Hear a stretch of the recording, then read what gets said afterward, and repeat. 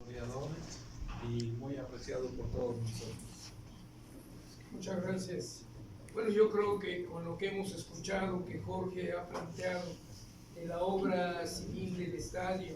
del antecedente como la comunidad jalapeña tenía en esa zona un lugar ya previo para usarlo como zona de recreo, algunos datos así lo refieren, que era el lugar más cercano para ir a pasar un fin de semana, para ir a convivir con la familia. Y bueno, después viene William Boone, que ve que la idea, es decir, es funcional, pero que tiene grandes problemas atrapando los cauces de agua, y que les da salida y le da forma, y en mayo 5 del 22, para conmemorar la batalla de Puebla, inaugura el Estadio Jalapeño, que va a ser el antecedente para que después, en 25, se desarrolle la obra civil. Pero platicábamos con los compañeros del entorno que se vivía en el mundo. Recordemos que veníamos de un terrible momento vivido en 1918 con aquel contagio mundial, con este problema que tuvo España y que México no fue ajeno, en el que perdimos varios miles de compatriotas. Después llegaron los años 20, en el que ya finalmente se está consolidando el Estado-Nación de esta reforma constitucional, de este nuevo concepto de país a partir del año 17, y bueno, tenemos como un antecedente para el año 20 el asesinato del presidente Venustiano Carranza. Es decir, se permea el concepto que Carranza había manejado de una unidad a través del constitucionalismo, y en el que Jara, y como tú lo señalabas, tu abuelo también era parte empática de esa causa revolucionaria que le dio forma jurídica al Estado. Entonces, estamos en un momento bastante convulso, y Jalapa para 1920 también es parte de un momento crucial con el sismo que acabó con una buena parte de la ciudad y sobre todo las regiones cercanas, en donde las deudas para poder favorecer a quienes habían perdido, como el caso Cozautlán, prácticamente toda la población, Izhuacán de los Reyes y Teocelo, bueno, era necesario que el Estado los atendiera. Son las grandes deudas que se traen y que vienen aparejadas justamente al arribo por primera vez ya de un gobernador constitucionalmente electo, que es el gobernador Adalberto Tejeda. Él se encuentra con un Estado con déficit financiero, con una situación difícil de regular, con huelgas y movimientos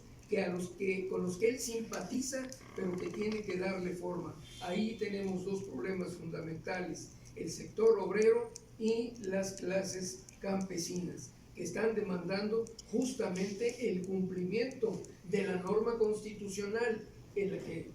Jara participó justamente para dotar de tierras a los campesinos. Y hay necesidad, desde la perspectiva del coronel Tejeda, de que esa disposición constitucional se vuelva una realidad, de tal manera que su gobierno en todos esos primeros años se va a dedicar justamente a repartir la tierra, y esto trae como consecuencia movimientos revolucionarios locales que tienen un costo alto en sangre. No olvidemos que está otro personaje en ese momento vital en las decisiones del Estado y del país, que es el general Guadalupe Sánchez, vecino de Teocelo, que está favoreciendo las guardias blancas, y que esto, bueno,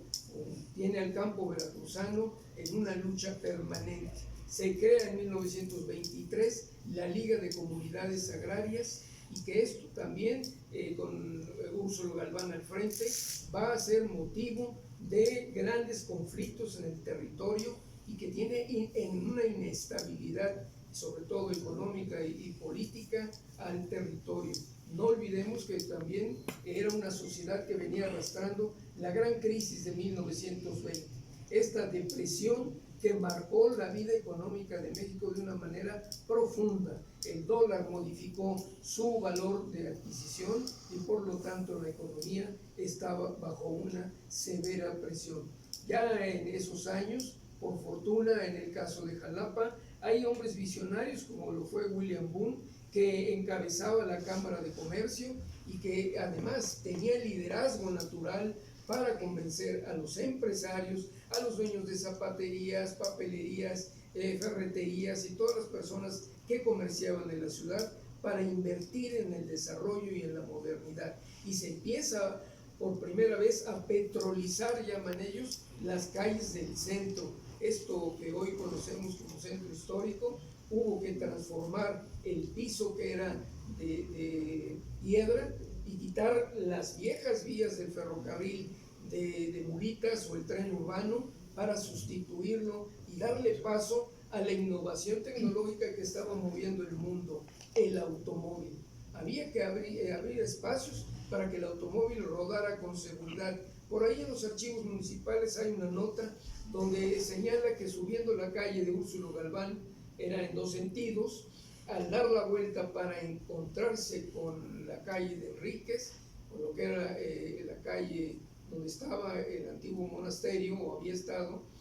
las puntas de las viejas vías ya se habían levantado y entonces la rodada de los nuevos automóviles corría riesgo. Había que levantar las vías y eso también implicaba una gran erogación porque las empresas pues se habían desatendido, o la empresa que tenía los derechos de levantarlas pues para dar paso a la modernidad. Es un contexto complicado que estamos viviendo. Jara participa en 1923 y reduce las fuerzas militares de Guadalupe Sánchez en la zona de Perote. Hay una lucha feroz y violenta y finalmente, bueno, claudica Guadalupe Sánchez, llega a Veracruz y sale del puerto de Veracruz. Pero bueno, ahí hay un momento crucial revolucionario o postrevolucionario, que es el tejido social en el que la comunidad se está moviendo. Paralelamente, por otro lado, también se está pensando en la modernidad de la ciudad. Y es gracias a estos empresarios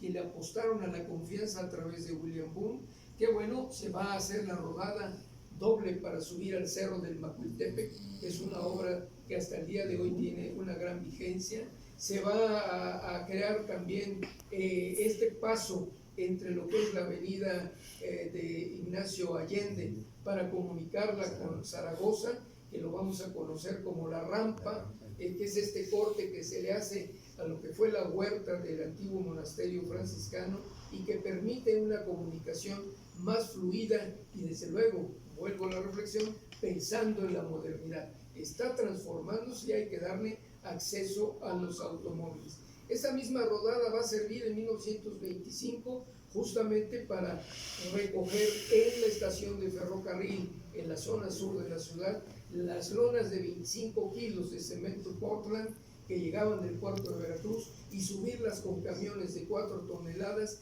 y dar la vuelta justamente por la rampa para bajar por Hidalgo y llevarlas a descargar a la máquina que estaba en ese proceso de los 17 días que eran de día y de noche. Es decir, se está modernizando la ciudad en un contexto y en un entorno donde prevalecen severos conflictos nacionales. Después viene la renovación gubernamental y bueno, toca a Jara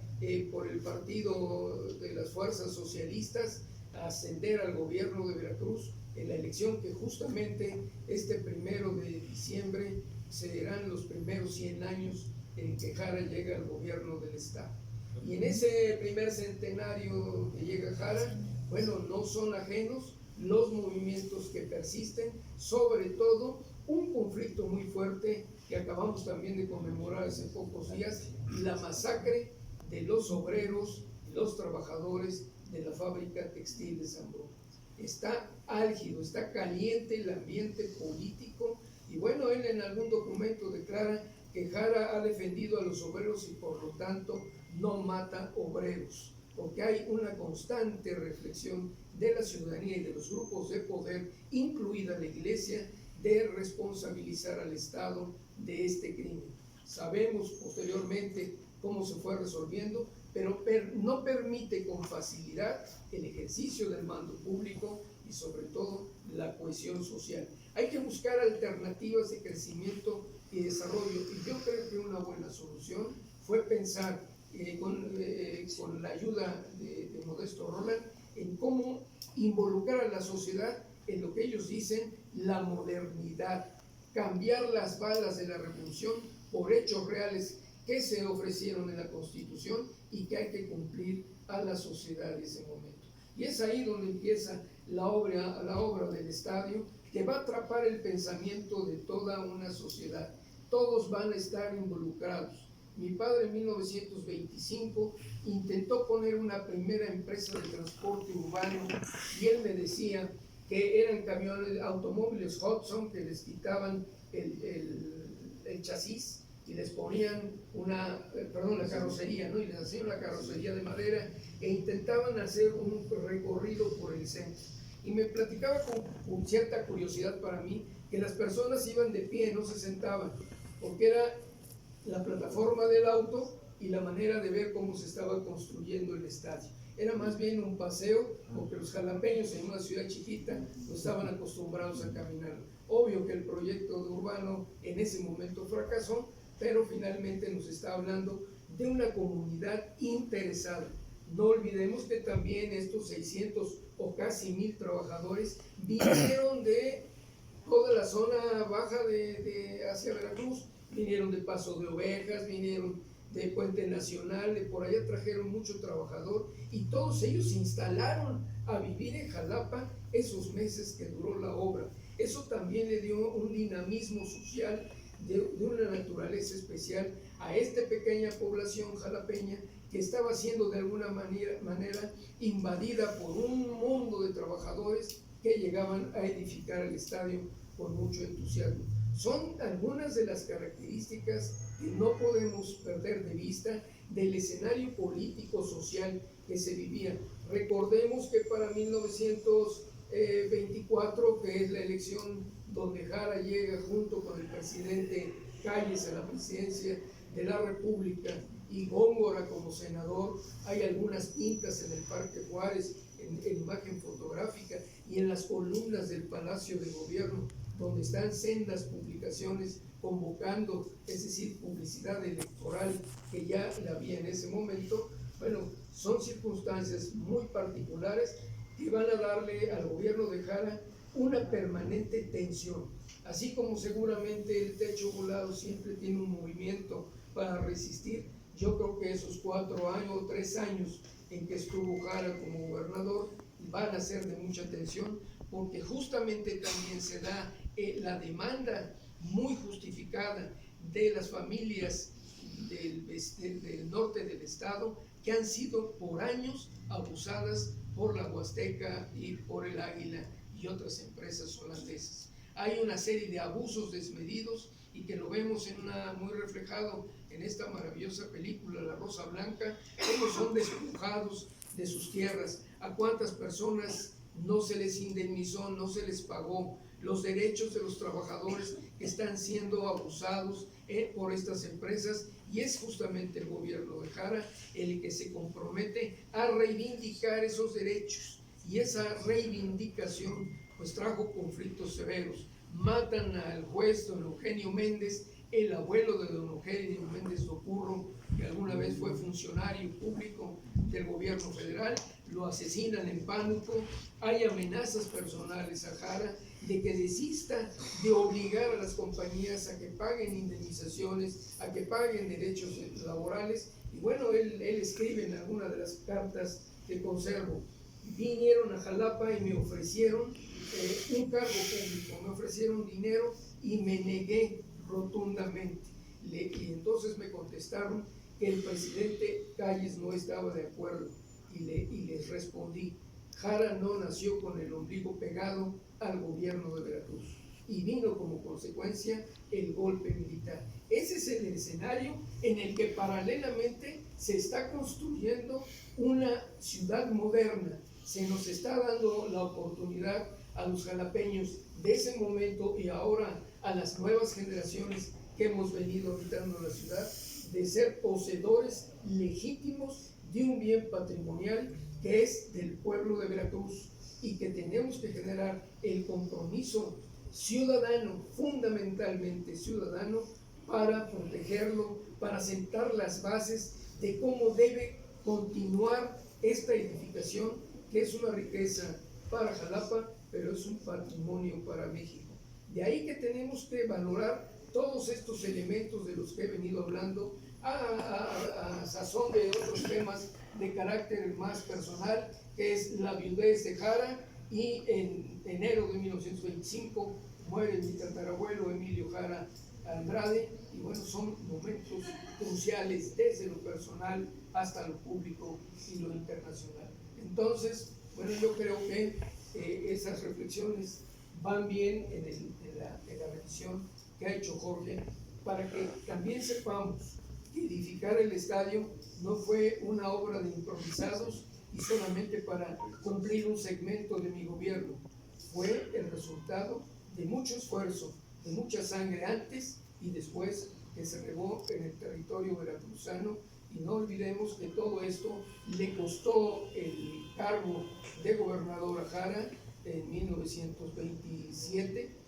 para deponerlo como gobernador constitucional del estado, capturando el interés de algunos legisladores y desde luego un acuerdo del Senado de la República que desconoció los poderes políticos del estado, que durante muchos años lo siguió haciendo, y en los que Jara, en el caso de Tabasco, fue un defensor a ultranza para defender los derechos democráticos de Tabasco, lo que le valió el nombramiento de hijo predilecto del estado de Tabasco. Es decir, se mantuvo vigente un pensamiento y una congruencia ideológica. La lucha revolucionaria tenía ya un fin y había que traducirla en resultados para la modernidad, el crecimiento, pero sobre todo la certeza en la vida y en el trabajo del pueblo veracruzano y desde luego el pueblo mexicano, porque pues todos lo sabemos claro. Jara es autor del 123 constitucional,